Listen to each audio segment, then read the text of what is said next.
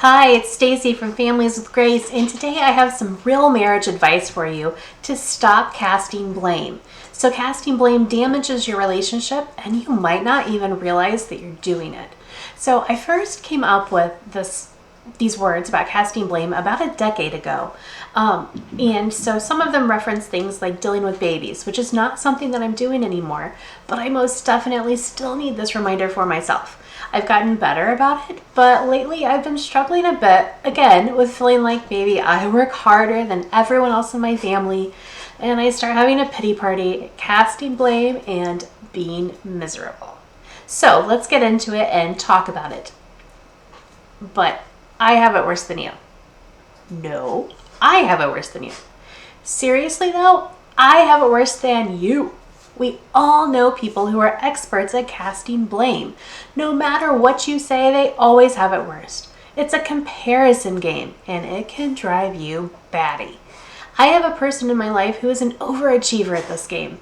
The problem is what she is comparing to whatever I'm saying is not even remotely close to the same thing. It gets very frustrating, to say the least. Most times I just laugh it off knowing that's just her. Other times, I kind of want to pull my hair out. I'm not sure why there's a competition over whose life is worst sometimes, but I've seen it so many times and in so many ways. Of course, I'm perfect and have never engaged in such competition. Okay, yeah, right. I'd love for that to be true, but I most definitely have had my moments. It's super easy when things get hard to look around and moan and groan about how easy everyone else has it. And if they only knew how hard things are for me, yada, yada, yada. I've been there, done that. So let's talk about the blame game as a new parent. Because as a new parent, I really struggled with it. The only problem was I was competing with my husband more than anyone else. I was frustrated that he didn't know how hard I had it. I had a newborn. I was up with her throughout the night. I had mastitis. I had to stay up past her and pump. I had another bladder infection. I had to get up before her and pump. I had to try to squeeze in work at some point. I had to change diapers. I had to wash pump parts. I had to wash bottles. I had so much to do. It was hard on me. Me. I'm sure hormones were somewhere in the mix too, but what I eventually realized is even though I wanted to smack him upside the head when I'd fall back into bed in the middle of the night because he was sleeping, he had it hard too.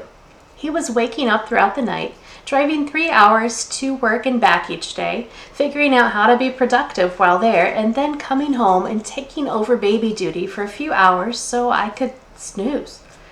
And I never even thought to offer the poor man dinner. He had his own struggles and challenges for sure. So the big question is, how do we stop casting blame? I still have issues with this from time to time, but I'm learning to remind myself when I do to think of the things I appreciate about my husband and what he is dealing with. Instead of being jealous of the guaranteed 3 hours of alone quiet time he gets during his daily commute, I think instead about the crazy traffic he has to deal with and how tired I know he is after long days. It seems so much less glorious then. At the same time, he's got to appreciate and help me for me to be okay doing that. It's a give and take. Well, I thought after 5 years of dating, and when I wrote this, 12 and a half years of marriage, that we had all the kinks worked out. I'm learning that, we don't. There are always new kinks. They especially spring up with parenthood. We're learning some new ways to communicate. While before we had leisure time to talk without interruption, we now have limited time to talk without interruption and an added stress of taking care of a little person on top of that. Our communication has sped up and gotten clearer.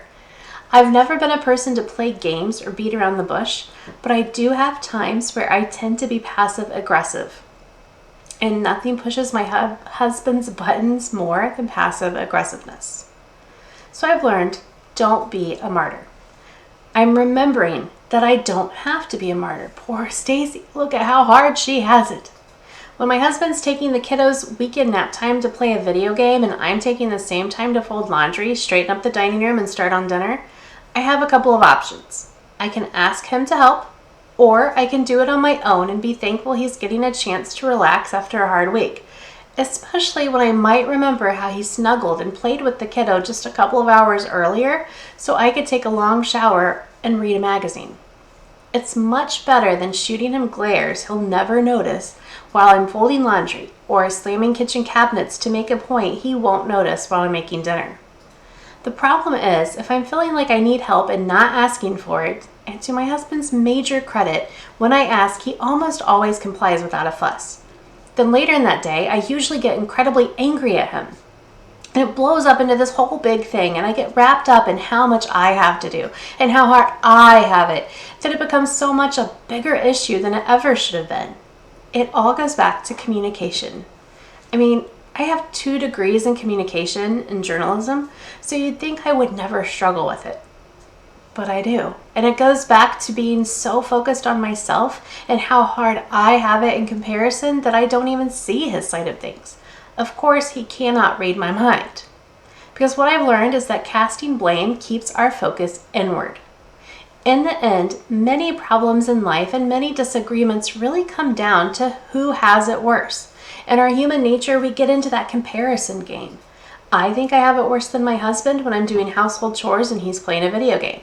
One mom thinks she has it worse than another because her kids are younger, or whatever. The thing is, somebody does always have it worse than somebody else. Life works that way.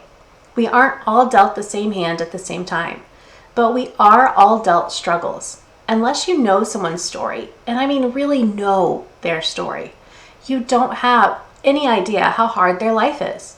You think they have it easy. You think they're better off than you. But they're dealing with their own worries, doubts, and fears. They've got their own stuff going on. The best thing we can do is to get out of ourselves and listen, really listen to what those around us are saying, what our spouses are dealing with right now, or what are our spouses dealing with right now that is weighing on them more than we thought. What are our friends going through that is breaking their heart when they're home alone? It's not a comparison game. It's a fight and a struggle to get through this life. And we're not the only ones in the fray. Everybody is backed into a corner in some way throughout their week. My challenge to myself and to you is to stop our comparisons when they creep in and start looking around us. Start looking outside of our own struggles and realizing the people we're dealing with, who may be driving us insane at the moment, are struggling too. Maybe they deserve to be cut some slack. Maybe they don't. Or maybe they really just need someone to listen and validate what they're dealing with. And maybe that can be us. It's not about who has the most battle scars. It's about who helped the most soldiers survive the battle. Thanks.